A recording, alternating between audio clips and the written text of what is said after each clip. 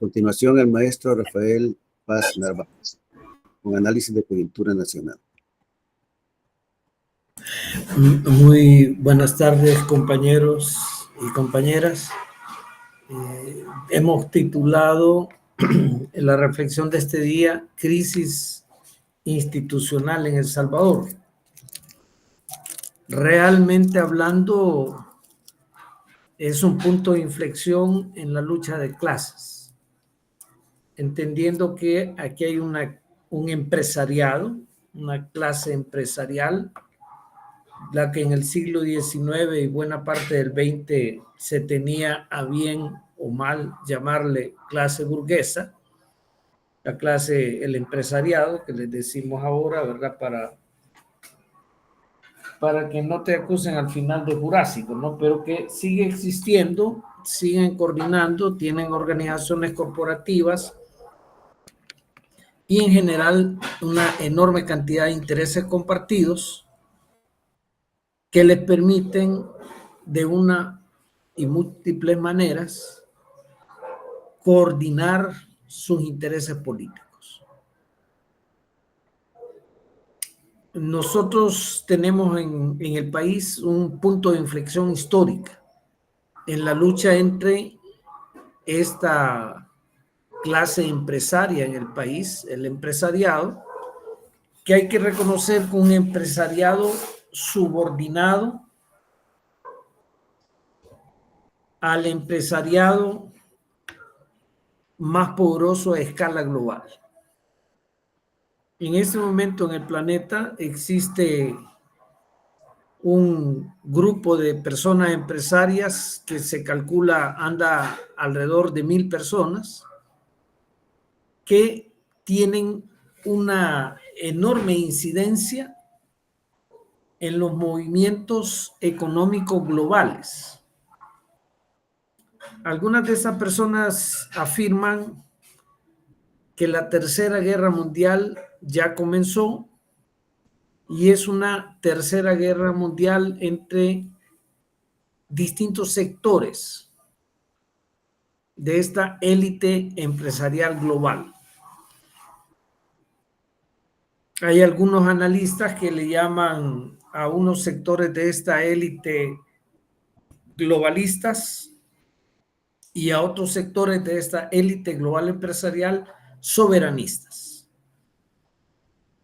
No quiere decir que todos los soberanistas estén en pleno acuerdo, porque en este análisis se califica de soberanista a un presidente como Trump.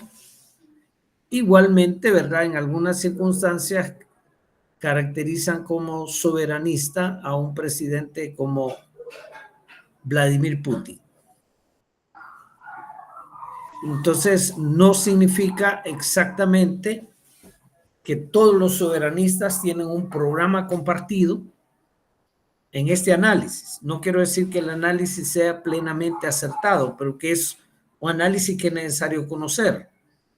No quiere decir tampoco que todos los así llamados globalistas, entre los cuales está, por ejemplo, Soros, entre los cuales está algunos de los empresarios que llegan al Foro Social Mundial, no quiere decir que todos ellos tienen acuerdos comunes. Entonces, esta guerra, esta tercera guerra mundial, sería una guerra entre intereses empresariales globales. Es una de las maneras de analizar. Y en países como el nuestro, que tenemos un bloque empresarial hegemónico, de acuerdo al análisis de Paniagua, porque llamarle oligarquía sería algo un poco anacrónico, en el sentido que la oligarquía era exactamente un grupo burgués terrateniente, especialmente en el momento de que El Salvador tenía una economía fundamentalmente agroexportadora, capitalista, dependiente, agroexportadora. Ahora nosotros tenemos un tipo de economía diferente, capitalista, dependiente o subordinada. Algunas personas prefieren el término subordinada al término dependiente. Y subordinada especialmente a los grupos financieros internacionales, expresados en multilaterales o expresados en grupos de interés directamente empresariales privados. Nosotros no tenemos una particular producción, un particular producto de exportación que nos posicione en el mercado. Lo que más exportamos es fuerza de trabajo, migrantes. Y en este momento hay una tendencia en Estados Unidos a una expulsión masiva de migrantes. O sea, en el programa de la Fundación Heritage y de Trump, nosotros tenemos 15 millones como meta de migrantes, especialmente latinos, a expulsar. Hay personas que te dicen en esta tercera guerra mundial que ya comenzó y que es una guerra en la cual diferentes estados nacionales, grandes potencias, potencias de alcance regional o estados nacionales subordinados juegan un papel, están en un bando o en otro, como Siria, por ejemplo, que estaba más cercano a la confluencia que hay entre Rusia, China, Irán, no digamos la confluencia económica que son los BRICS, que no necesariamente esa confluencia económica se traduce en una afinidad política que puede llevar inclusive a alianzas militares. Siria, por ejemplo, después de la salida de Assad, claramente pasó a estar subordinada, Estado Nacional subordinado, a las estrategias de la gran potencia norteamericana. En el caso de El Salvador, la gran mayoría de gobiernos de nuestro país han estado inmediatamente subordinados a la gran potencia norteamericana. Pero la gran potencia norteamericana es una potencia en declive. Ya el lema de alguien de republicano, racista, supremacista blanco como Trump, de decir hagamos América grande otra vez, de manera tácita está reconociendo que América perdió, América como le dicen ellos a Estados Unidos, América perdió grandeza. América ya no es grande, hay que hacerla grande otra vez. Es una promesa. Pero eso significa la conciencia de que su gran potencia está en declive. Y que otras potencias, otras grandes potencias, han ganado presencia en América Latina, especialmente la gran potencia China. En esta disputa de Estados Unidos de contener su declive, el actual gobierno salvadoreño ha profundizado la subordinación al Estado Nacional, a la gran potencia norteamericana. En este contexto es que entendemos una crisis institucional. La crisis institucional tiene un carácter global. Las mismas Naciones Unidas están en crisis. Las fuentes de financiamiento de distintos países se reducen. Estados Unidos, que es uno de los principales contribuyentes a Naciones Unidas, tanto porque no quiere como que en el fondo no puede, está retirando su financiamiento, que en algunas ocasiones llega al 30% de algunos organismos de Naciones Unidas.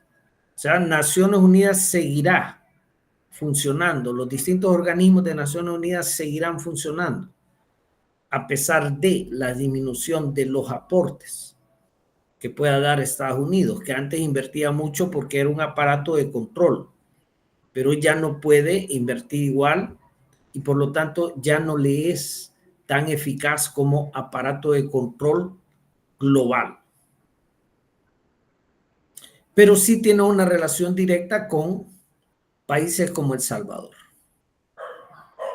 Para Estados Unidos es conveniente que un gobierno como el salvadoreño prácticamente desmantele toda la institucionalidad que garantizó al menos 3 décadas de paz. Paz relativa. Porque la economía delincuencial, la economía del narcotráfico que está construida entre Estados Unidos como polo dominante y Colombia como polo subordinado, pero polo estratégico en cuanto es el principal productor de droga, esa economía delincuencial que está articulada entre Colombia y Estados Unidos ha tenido a El Salvador como uno de los puntos de articulación más relevantes, especialmente con la dolarización en lo que es el blanqueo de capitales.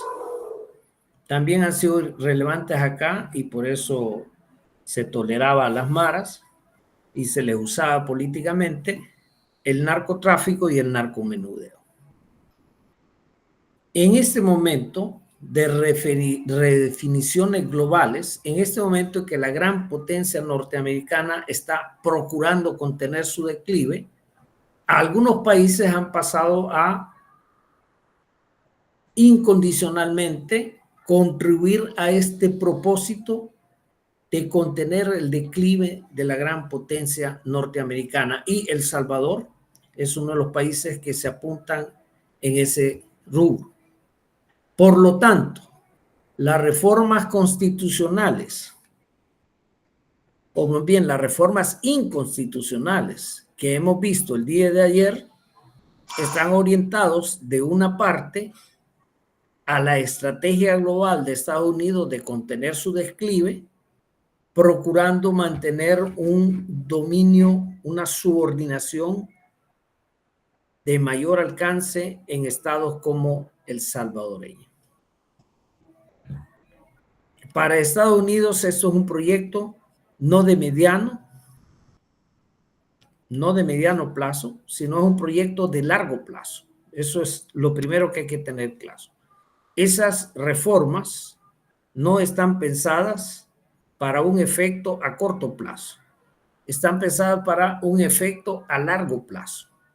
La gran apuesta en la estrategia de estos sectores de la gran potencia norteamericana de entablar autoritarismos, estados autoritarios en los países, en las naciones, estados subordinadas, la gran apuesta es que eso va a contribuir a contener el declive de la gran potencia norteamericana, pero eso significa para nuestros pueblos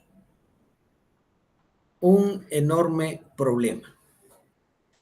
La economía hacia la cual se dirige una reforma estatal de gran alcance, como la que estamos viviendo, esta reforma que te dice, vamos a juntar todas las elecciones, tenemos ahora 44 municipios, tenemos menos diputados, podemos tener un presidente que de facto se pueda reelegir por siempre, porque el gran problema de esta reforma es que son aparentemente legales, son completamente ilegales.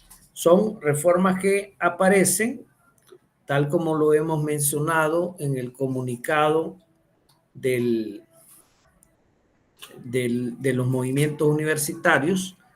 La base de esas reformas es el fraude que se cometió para tener una bancada de nuevas ideas mayoritaria de Nuevas Ideas y sus aliados. Se hizo un fraude completamente comprobado.